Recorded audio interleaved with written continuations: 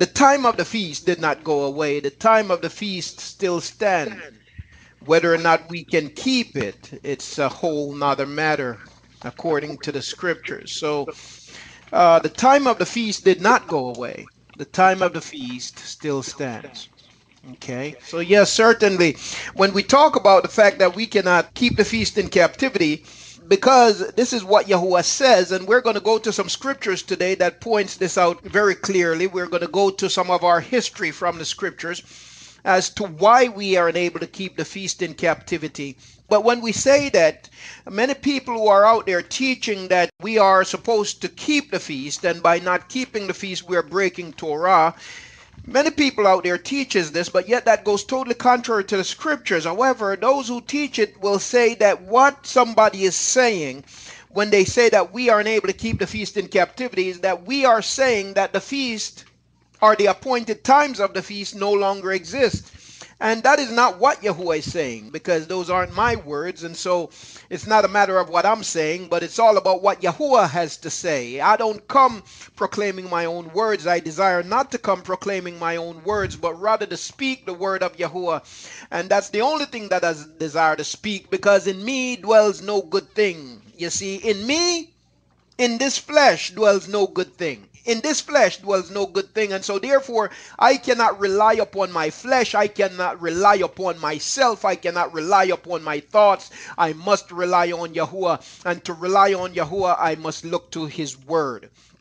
And so we're going to be looking at some of our history today, Yahuah willing, looking from the scriptures. So we have a whole lot to cover. But as we begin today, before we go to prayer, I want to go to Tahalim 137. I don't know how many people really pay attention to this passage of scripture. How many people really do pay attention to this passage of scriptures? I don't think, as people in captivity, as people who have been scattered, as people who are being oppressed and depressed, and the people who are robbed and spoiled, I don't think we're paying enough attention to it, because it is the cry of our ancestors as they found themselves in the very place that we are today. When I say in the very place, I'm speaking of captivity, what the scriptures call Babal. We are in a place of confusion, and that is one reason why, you see, Babal means confusion, and that's what the word for our captivity is, Babal, in the scriptures. Babal, we are in Babal, we are in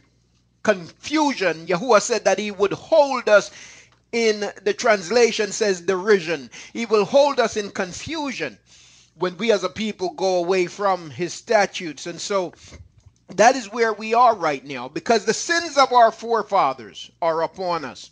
And not just the sins of our forefathers, but we have come along and continue to add to the transgression. But the book of Tahalim 137 is so important. Psalms 137 is so important, especially as we reflect upon these times. It is the time of rejoicing. It should be the time of rejoicing.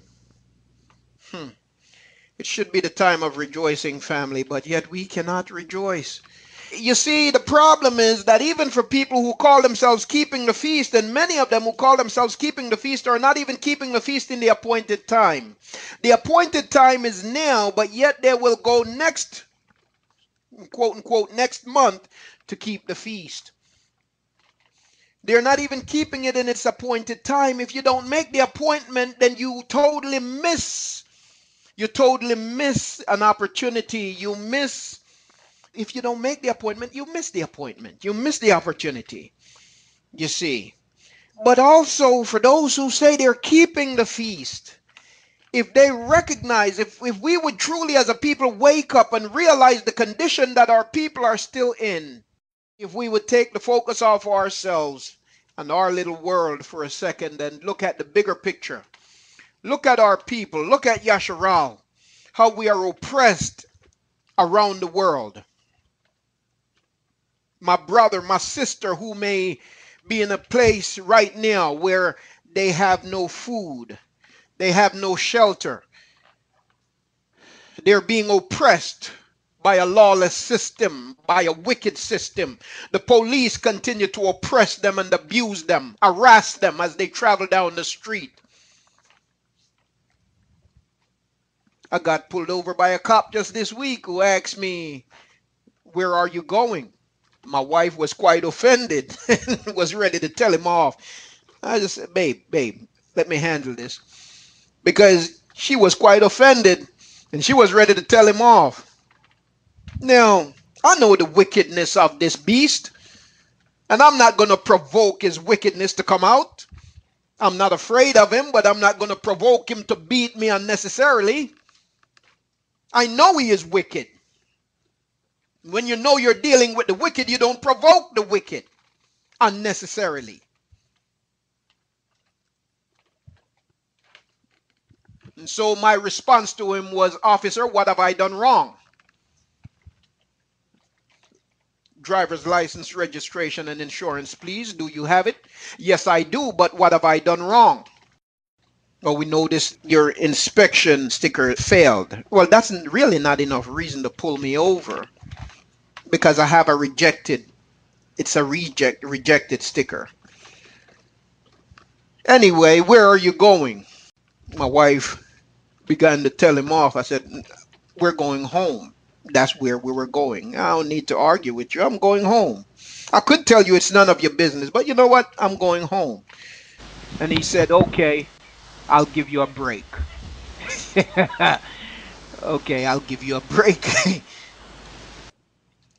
No, a break from what? But thank you, officer. Let me get on my way. But that's the nature of this captivity. We're continually harassed.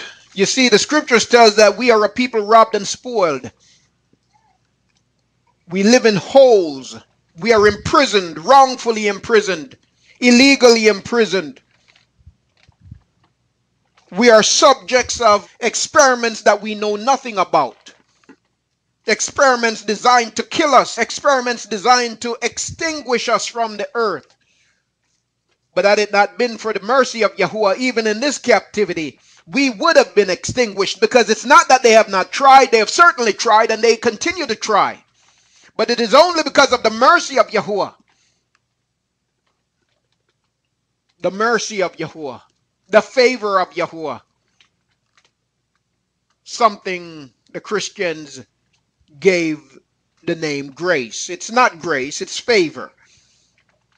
Because of the favor of Yahuah. The favor of Yahuah have always existed. Christianity teaches favor, which they call grace, as if it's something new. It's nothing new. Shahul did not speak of it as if it's something new. Shahul knew that it has always existed, and that it is only because of the existence of favor that we exist. Because we deserve to be destroyed. As a people, we deserve destruction. But yet Yahuah give to us what we do not deserve and withhold from us what we do deserve. But if we really, Yashar'Al, if Yashar'Al would wake up and recognize the state that we as a people are in, we would weep and mourn and not be trying to appease our senses by observing false feast.